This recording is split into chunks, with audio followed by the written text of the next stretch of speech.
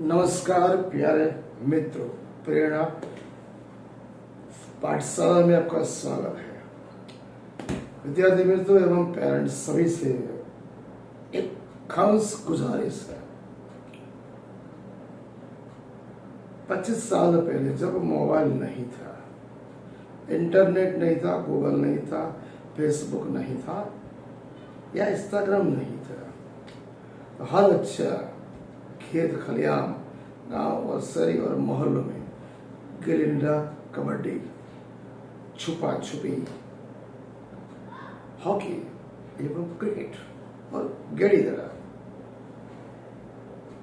जो out in the field कहने का था, अपना मैदान पे जो स्पोर्ट्स खेलता था, खेलकूद करता था, उससे उसकी सबसे बड़ी तो फिटनेस मजबूत होती थी। नंबर 2, एक दूसरे भाई बहन के साथ एकता बढ़ती थी, सच्चाई होती थी और फिटनेस होने से इम्यूनिटी इंप्रूव होती थी, जिसे कहते हैं हेल्दी बॉडी में गेट शार्प माइंड। वही देसी खाना, सब्जी और घर का दूध, दही, माखन और मिश्री। हमारे हिंदुस्तान के भारतीय संस्कृति में जो परंपरा है, ऋषि परंपरा, हमारा खाना केवल देसी है।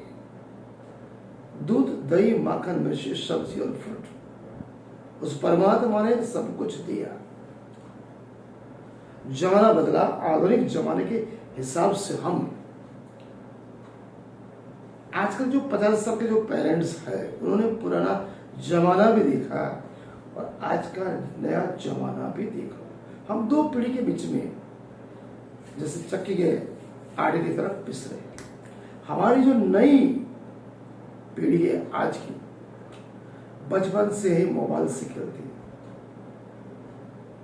वो ऑफ द फील्ड भी कुछ नहीं खेलती, इन द फील्ड भी घर में कुछ नहीं करती। वही गिल्ली डंडा, कबड्डी, क्रिकेट, हॉकी, छुपा छुपी और दोस्तों के साथ मौज मस्ती, वेकेशन में मामा पापा के घर जाना, वो सब कुछ बंद हो गया। वो यूनिटी, वो एकता, भाईचारा, प्रेम सब चला गया। मोबाइल सब खा गया। एक जगह पे बैठा रहता है और पूरा दिन स्क्रॉलिंग करता रहता है। उस मोबाइल में इंस्टाग्राम और फेसबुक ने उसके दिमाग के ऊपर कब्जा जमा चुका है। बच्चा 5 घंटे मोबाइल खेलता है हर पूरा साल, तो समझ लो उसकी जिंदगी 5 साल वो पीछे चला जाता है। पढ़ाई करता 2 घंटे, बोलता मुझे कुछ याद नहीं। कहीं ना कहीं हम पेरेंट्स जिम्मेदार हैं, जो 50 या 40 या 60 के बीच में। हमने भी टेक्नोलॉजी को अपनाया। टेक्नोलॉजी बुरी नहीं है, साइंस बुरा नहीं, हमें उसका उपयोग करना है, नहीं कि वो हमारे ऊपर हावी होना चाहिए। नई पीढ़ी और पुरानी पीढ़ी को अगर तालमेल में करना है तो उस पिता को पुत्र के साथ फ्रेंड बनना पड़ेगा।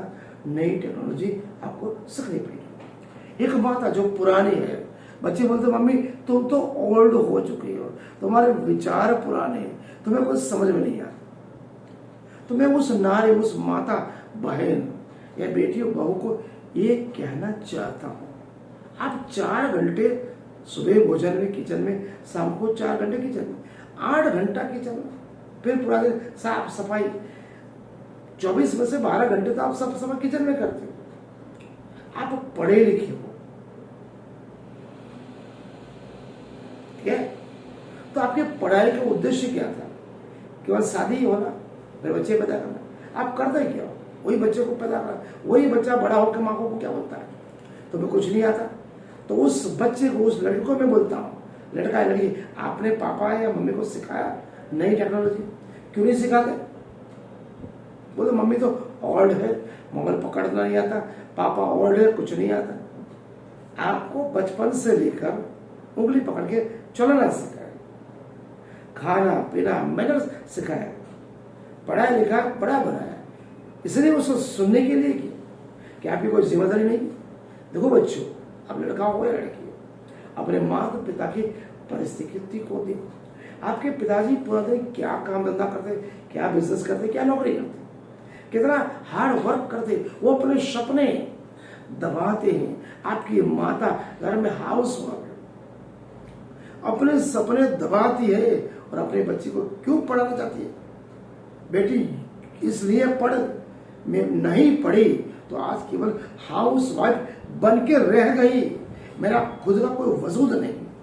मैं इस दुनिया में कुत्ते बिल्ली की तरह आई, गधे की तरह काम किया, बच्चे पैदा किए और मर जाऊंगी, मेरा कोई अस्तित्व नहीं। इसलिए एक माँ अपने बच्चे को इसलिए शिक्षा प्रदान करना चाहती है कि आप दुनिया में उड़ो, स्वतंत्र बनो, डॉक्टर, इंजीनियर, पायलट, साइंटिस्ट, कुछ भी बनो, लेकिन मुझसे बेहतर बनो।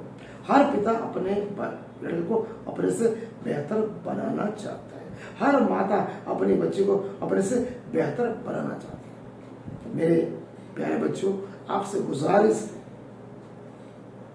रिक्वेस्ट मैं किसी को नहीं करता, मैं केवल ऑर्डर करता हूँ, गुजारिश करता हूँ कि आप अपने माता पिता की परिस्थिति को समझो, अपने घर की परिस्थिति को समझो, घर के हालात को समझो, अपने छोटे भाई बहन की भावनाओं को समझो, माता पिता की भावनाओं को समझो। आपके माता पिता अच्छे भविष्य के लिए आपको पढ़ाना चाहते हैं, इसलिए अच्छे पढ़ो, अच्छे दो। बिकॉज हाई एजुकेशन मतलब हाई वैल्यू, हाई सैलरी और सुपर लाइफ, पढ़ना जरूरी है। ये जो कलम है उसे आपको तलवार बनाना पड़ेगा। तो आप तलवार तमंच से नहीं, इसको, इस कलम को आप तलवार बनाओ। अगर आपने इस कलम को तलवार बना दिया तो दुनिया में कहीं भी किसी भी कोने में नौकरी मिले ना मिले, कोई भी आप बिजनेस करोगे, या छोटा या बड़ा, सिनातान की दुनिया के सामने आप खड़े हो सकते हो। वरना वो दिन दूर नहीं, केवल भीख मांगने के अलावा आपके पास कोई रास्ता नहीं बचा। इसलिए बताऊं, मोबाइल छोड़ो और किताब पकड़ो, कोई भी किताब। ये तो गीता है। गीता क्या सिखाते हैं? श्रीमद् भागवतम। कृष्ण क्या बोलते हैं? कर्मणि वाधिकारस्ते मां फलेषु कदाचन। कर्म करो, फल की आशा मत रखो। कर्म का मतलब क्या होता है? इन द प्रेजेंस जो भी काम करो, खाना पीना सोना पढ़ाई दिल से करनी है, ऐसी करनी है वो जीवन के अंतिम छोर तक वो भूल न पाए। इससे वो शिक्षा कहती है। अपने टीचर का मान को, माता पिता की माइंड आशा और खुद के सपने। डॉक्टर एपीजे अब्दुल कलाम ने यही कहा था, केवल ड्रीम ड्रीम ड्रीम ड्रीम इतना बड़ा रखो कि वो आपको सोने न दे। खुली आंख का देखा वो सपना कभी सोने नहीं देता। नींद का सपना हम अक्सर भूल जाते हैं। अगर आप बड़े हो तो ऐसे आदर्श बनो, आपको देख के आपके छोटे भाई बहन पड़े। समाज में, फैमिली में और राष्ट्र का निर्माण करना है तो शिक्षा वो शेरनी का दूध है। चाहे वो लड़का हो या लड़की के लिए, वो शेर की तरह दहाड़ेगा, दुनिया में अपने कदम पर खड़े। आज का अध्याय थोड़ा विशेष था। उस परमात्मा ने आपको ब्रह्मांड में unique, every child is unique, every child is totally different, both brain and mind and physical ability. तो अपनी क्षमता को फर्क हो और दुनिया में आगे बढ़ो। यही आज प्रेरणा पाठशाला का रविवार का सेमिनार था। मनन करे चिंतन हर वो पेरेंट्स के लिए, हर वो चाइल्ड के लिए। जिंदगी एक बार में थे, लाइफ इज वेरी प्रेशियस। उसके बीड़ी गुटखा सिगरेट तंबाकू मटन में व्यसन में बर्बाद ना करे, मोबाइल में बर्बाद ना करे। एक बार जिंदगी बर्बाद हो गई, भीख मांगने के अलावा आपके पास कोई रास्ता नहीं है। दावे के साथ के प्रणाम, नमस्कार।